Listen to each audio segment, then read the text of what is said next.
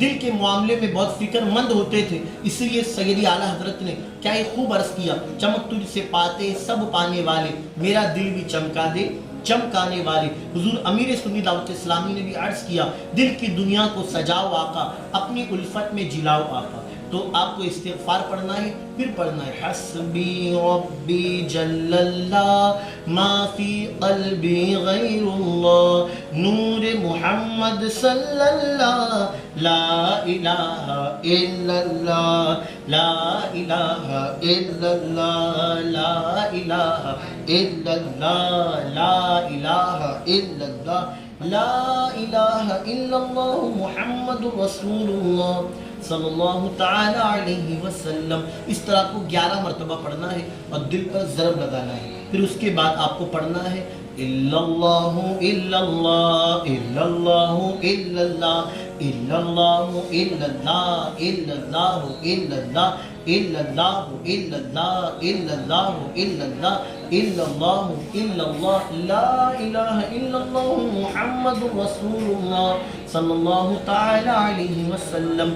پھر آپ کو کہنا ہے اللہ اللہ اللہ اللہ اللہ اللہ اللہ اللہ اللہ اللہ اللہ اللہ اللہ اللہ اللہ اللہ اللہ اللہ لا الہ الا اللہ محمد رسول اللہ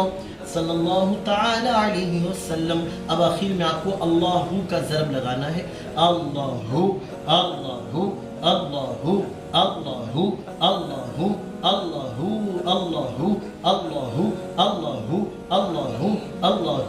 اللہ اللہ اللہ اللہ اللہ اللہ اللہ لا الہ الا اللہ محمد رسول اللہ صلی اللہ تعالی علیہ وسلم۔ اب اس کے بعد آپ کو اپنے لیے، پوری امت مسلمہ کے لیے، اپنے گھر والوں کے لیے، سب کے لیے دعا کرنی ہے۔ انشاءاللہ تعالی یہ عمل آپ روزانہ جاری و ساری رکھیں، وقت نکالے، ہو سکے تو 5 نمازوں کے بعد، میں نے جس طرح 11 مرتبہ کہا، اگر آپ کے پاس وقت زیادہ ہے تو آپ اور بڑھا دیں، وقت کم ہے تو آپ تھوڑا اور وظیفہ کم کر دیں، لیکن یہ عمل ضرور کریں۔ یہ عمل کرنے کی سب کو اجازت ہے، ہر خوش عقیدہ سنی میرا بھائی میری بہن یہ عمل کر سکتے ہیں، اور اس کے فائدے بھی آپ دیکھیں گے۔ اگر آپ یہ کرنا شروع کر دیں گے اور پھر دعا کریں گے تو آپ دیکھیں گے کہ انشاءاللہ آپ کے دل کی دنیا بدل جائے گی، آپ کے گھر میں انشاءاللہ سکون و اطمینان کی دولت۔ میرے پیارے آقا صلی اللہ تعالیٰ علیہ وسلم کے پیارے دیوانوں، ابھی آپ نے روحانی فوائد سماعت کیا، اب آئیے میں آپ کو سائنٹیفک بینیفٹ بتاؤں کہ جو شخص روزانہ اس طرح سے ذکر کرے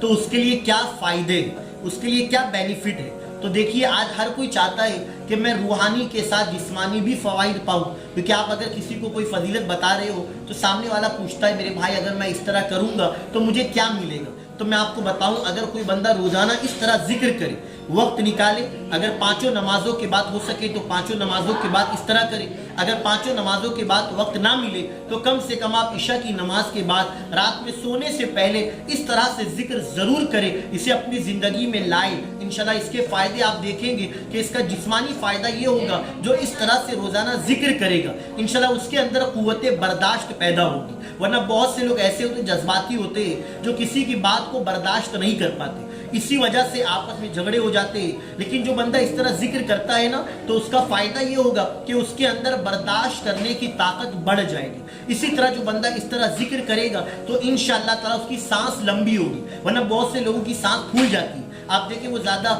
کھینچ نہیں پاتے، یا زیادہ کہیں اونچان پہ چڑھنا ہو تو ان کی سانس پھول جاتی ہے، پھر وہ بالکل ڈگمگا جاتے ہیں، پھر وہ بالکل کمزور پڑ جاتے ہیں۔ لیکن جو بندہ اس طرح روزانہ ذکر کرے گا انشاءاللہ تعالیٰ اس کے اندر سانس بھی لمبی ہوگی۔ اس کی طرح جو بندہ اس طرح سے ذکر روزانہ کرے گا تو اس کے جسمانی اندر کے جو پارٹس ہیں، یعنی وہ ایکسٹرنل تو طاقتور ہوگا، انٹرنل بھی انشاءاللہ وہ مضبوط ہو جائے گا۔ ورنہ آپ دیکھیں بہت سے لوگ آپ کے سامنے نظر آتے ہیں جو بظاہر ہٹے کٹے ہوتے ہیں، قد و قامت ان کا لمبا اونچا ہوتا ہے بالکل، لیکن اس کے باوجود وہ اندر سے بالکل کمزور کھوکھلے ہوتے ہیں، یعنی بالکل ان کو آپ دیکھیں تو بیماری کوئی نہ کوئی پکڑ لیتی ہے، پھر کہیں نہ وہ کہیں بستر پہ پڑ جاتے ہیں۔ لیکن یاد رہے کہ جو بندہ اللہ کا ذکر کرے گا نا تو انشاءاللہ تعالیٰ وہ اندرونی بھی مضبوط رہے گا، ہر طرح کی بیماری سے بھی بچا رہے گا۔ ورنہ بہت سے لوگ آپ دیکھیں جن کی کڈنی ایک فیل ہو جاتی ہے یا کوئی نس بلاک ہو جاتی ہے یا بہت سے لوگوں کو آگے سر کا درد ہوتا ہے. کچھ لوگ ایسے ہوتے ہیں جن کا ہمیشہ پیٹ دکھتا ہے.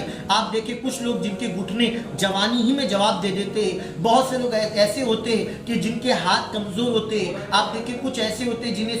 سنائی کم دیتا ہے. کچھ ایسے ہوتے ہیں جنہیں دکھائی بھی کم دیتا ہے. لیکن جو بندہ اس طرح انشاءاللہ ذکر کرے گا اللہ تعالیٰ اس کی قوت سماعت کو بھی قائم رکھے گا, محفوظ فرمائے گا, اور انشاءاللہ اس کی بینائی بھی بڑھے گی. اور بہت سے لوگ آپ دیکھیں کہ جنہیں دانتوں میں تکلیف ہوتی ہے, یعنی آپ دیکھیں اکثر وہ بیمار پڑے رہتے ہیں اس معاملے میں, تو انشاءاللہ تعالیٰ اس قسم کی بیماری سے بھی وہ محفوظ رہیں گے. بہت سے لوگوں کو سینے میں جلن ہوتی ہے, پھر ہمیشہ وہ دوائیاں استعمال کرتے ہیں, لیکن جو بندہ اس طرح ذکر کرے گا تو انشاءاللہ تعالیٰ وہ سینے کی بیماری سے بھی محفوظ رہے.